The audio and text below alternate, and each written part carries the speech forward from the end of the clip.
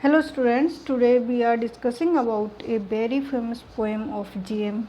Hopkins, जिनका पूरा नाम गिरार्ड मैनले हॉपकिंस था, the sea and the skylark. The poem entitled The Sea and the Skylark, written by G.M. Hopkins, Gerard Manley Hopkins. It is a sonnet of 14 lines. ये एक sonnet है 14 lines का. It was originally titled Walking by the Sea. First, it was titled by the name Walking by the Sea. In this sonnet, the sea and the skylark are described in the octave. The first 8 lines कि इस sonnet में जो first 8 lines हैं उनमें sea and skylark को describe किया गया है. पहले तो there are contrasted with man इंसेस्टेड, और फिर उनको कंट्रास्ट किया गया है मैन के साथ सेस्टेड में. This sonnet was written in 1877 in a seaside town a few miles from St. Bruno's College. ये जो सोनेट है इसे 1877 में लिखा गया था सी साइड टाउन में सेंट ब्यूनो कॉलेज से कुछ मील दूर. The sea and the skylark is one of those poems in which G.M. Hopkins contrasts the beauty of nature with the ugliness of mankind's work. इस poem में G.M. Hopkins contrast करते हैं, तुलना करते हैं नेचर की ब्यूटी को किसके साथ, कि वो जो मैन के कार्यों के कारण जो अगलीनेस फैली है नेचर में उसके और ब्यूटी ऑफ नेचर के बीच में. तो ये जो पोएम है इसका थीम जो है वो है डाउनफॉल ऑफ ह्यूमैनिटी. चलिए पोएम स्टार्ट करते हैं. On year and year, two noises, too old to end. On year and year, दोनों कानों में two noises, दो आवाज़ें आ रही है. too old, जो बहुत पुरानी है. to end, कभी ख़त्म नहीं होंगी. मीन्स कानों में दो आवाज़ें आ रही हैं जो सदियों से चली आ रही है और आगे भी चलती रहेंगी, कभी ख़त्म नहीं होंगी. Trench right the tide that rams against the shore. जो फर्स्ट आवाज़ है वो राइट साइड से आ रही है. राइट साइड से किसकी आवाज़ आ रही है? टाइड की. सी है और उसके अंदर टाइड आ रहा है. दैट रैम्स, जो टकराता है, ज़ोर से टकराता है अगेंस्ट द शोर. शोर होता है समुद्र का किनारा. तो समुद्र के किनारे से वो टाइड जो है वो ज़ोर से टकरा रहा है. With a flood or a fall, with low lull off or all road. With a flood, कभी तो वो जो टाइड है वो एक फ्लड के रूप में आता है, एक बाढ़ के रूप में. ऐसा लग रहा है एक बाढ़ आ रही हो. और एक फॉल, या फिर एक fall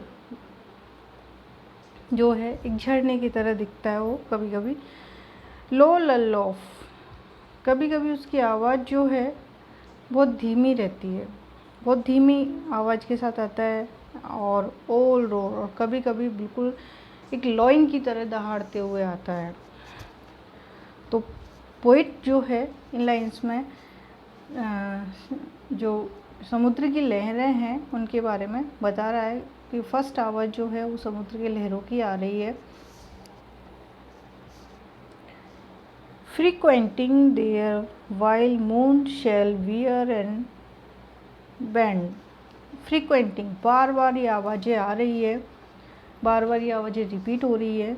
there while moon shall wear, जब, और ये आवाज़ें कब तक आती रहेंगी? जब तक कि मून जो है वो घिस करके पुराना नहीं हो जाता. वियर मीन्स घिस करके पुराना नहीं हो जाता. और बैंड, बैंड मतलब एक तरीके से झुक करके फिनिश हो जाना, कि जब तक मून रहेगा तब तक ये आवाज़ें आती रहेंगी. यहाँ पर जो है टाइड जो है वो मून से अट्रैक्टेड हो करके आता है. तो यहाँ पर पोइट ने उस बात को भी रखा है कि जब तक मून रहेगा तब तक ये समुद्र की लहरें उठती रहेंगी, ये टाइड जो है आता रहेगा। Left hand of land I hear the lark ascend, और लेफ्ट साइड में लैंड की तरफ, लैंड के ऊपर आई हियर मैं सुनता हूँ, द लार्क एक स्काई लार्क की आवाज़। असेंड जो हवा में उड़ करके ऊपर जा रही है और अपना सॉन्ग भी गाते हुए जा रही है। तो पोइट जो है यहाँ पर पहले उसने फर्स्ट 4 लाइंस में टाइड की आवाज़ के बारे में बताया, नेक्स्ट 4 लाइन में वो स्काईलार्क की आवाज़ के बारे में बता रहा है कि मैं लेफ़्ट साइड में जो है वो स्काईलार्क की आवाज़ को सुन पा रहा हूँ, जो हवा में उड़ करके ऊपर जा रही है। His race fresh rewinded new skinned score.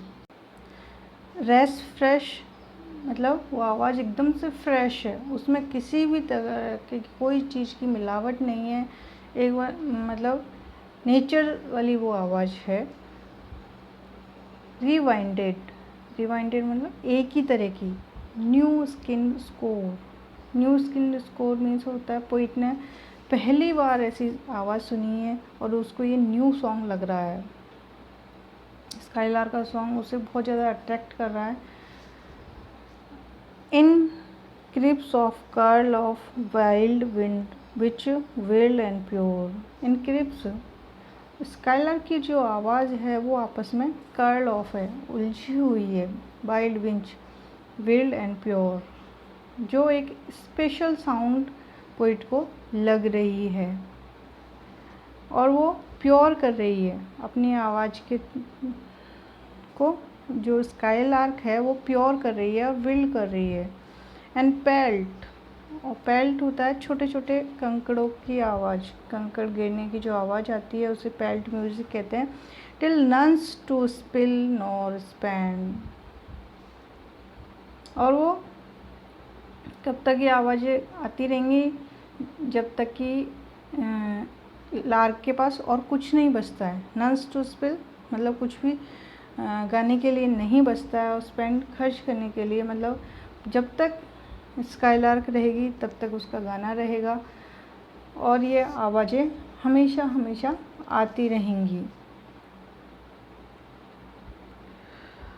ओह, तो इन 8 लाइंस में पोइट ने जो है स्काईलार्क और टाइड की आवाज़ के बारे में बताया है। How these two shame these shallow and frail town. अब यहाँ पर पोइट कंपेयर करेगा इन नेचर वॉइस को किसके साथ, ह्यूमैनिटी के साथ। तो how these two shame this shallow and frail town. How these two मतलब कैसे ये दोनों आवाज़ें शेम करेंगी, शर्मिंदा करेंगी दिस इस शैलो मतलब ह्यूमैनिटी में गिरा हुआ टाउन, एंड फ्रेल और बहुत ही कमज़ोर टाउन मतलब जो लोग हैं, ह्यूमन है, वो बहुत ज़्यादा अपने कैरेक्टर से गिर चुके हैं। तो ये दोनों आवाज़ें ये शहर के रहने वाले लोगों को बहुत ज़्यादा शर्मिंदा करेंगी। How ring right out our sordid turbid time, और कैसे ये आवाज़ें रिंग करेंगी जो हमारा सॉर्डेड टर्बिड टाइम आया है इम्प्योरिटी के लिए, कि टाइम जो ह्यूमन ने इम्प्योर बना दिया है उसको ये आवाज़ें बिल्कुल राइट रिंग करेंगी, मतलब उनके प्रति ये एकदम सही है। बीइंग प्योर एकदम से शुद्ध होना। बी आया हम ह्यूमंस के लिए। Life's pride and care for crown, कि हमने बहुत ज़्यादा घमंड कर लिया है लाइफ का कि we can do anything what we want in our life. तो हम ह्यूमन बीइंग्स ने बहुत ज़्यादा प्राइड कर लिया एंड केयर फॉर क्राउन, और हम केवल क्राउन यहाँ पर आया मनी, तो हम केवल मनी के लिए केयर करते हैं और किसी भी चीज़ के लिए केयर नहीं करते हैं। पोइट यहाँ पर बता रहा है कि ह्यूमन जो है धीरे धीरे भौतिकतावादी युग में बहुत ज़्यादा फंसता जा रहा है। तो वो यही बताने की कोशिश कर रहा है कि ह्यूमन बीइंग्स जो है केवल और केवल पैसे की केयर करते हैं।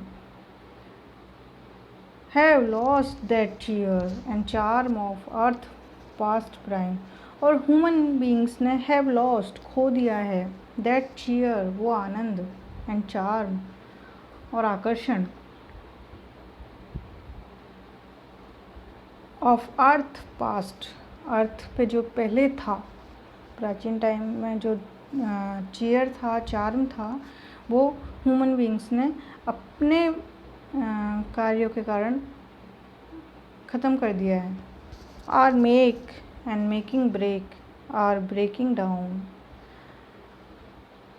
To man's last dust drain fast towards man's first slime.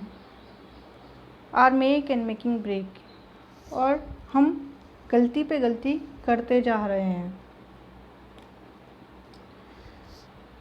Are breaking down, और इसी कारण से हम जो है उस नेचर को तोड़ रहे हैं, उस नेचर ब्यूटी को तोड़ रहे हैं और तोड़ते ही जा रहे हैं धीरे धीरे। टू मैंस लास्ट डस्ट, कि जो मैन की लास्ट डस्ट है, आखिरी कण है, तब तक ड्रेन फास्ट धीरे धीरे बह करके टूवर्ड्स मैंस फर्स्ट स्लाइम, जो मैन का फर्स्ट स्लाइम था, जो फर्स्ट मिस्टेक थी, उसकी तरफ धीरे धीरे हम जाते जा रहे हैं। मैंस फर्स्ट स्लाइम जो है पोइट इंडिकेट कर रहा है एडम और ईव की तरफ, जिन्होंने गॉड के मना करने के बाद भी उस फ्रूट को खा लिया था, और इसी कारण से गॉड ने उनको पनिश किया था। तो पोइट भी यही कह रहा है कि मेंस के वर्क जो है वो नेचर की ब्यूटी को इतना ज़्यादा ख़राब कर रहे हैं कि धीरे धीरे वो अपने पतन की तरफ जा रहे हैं।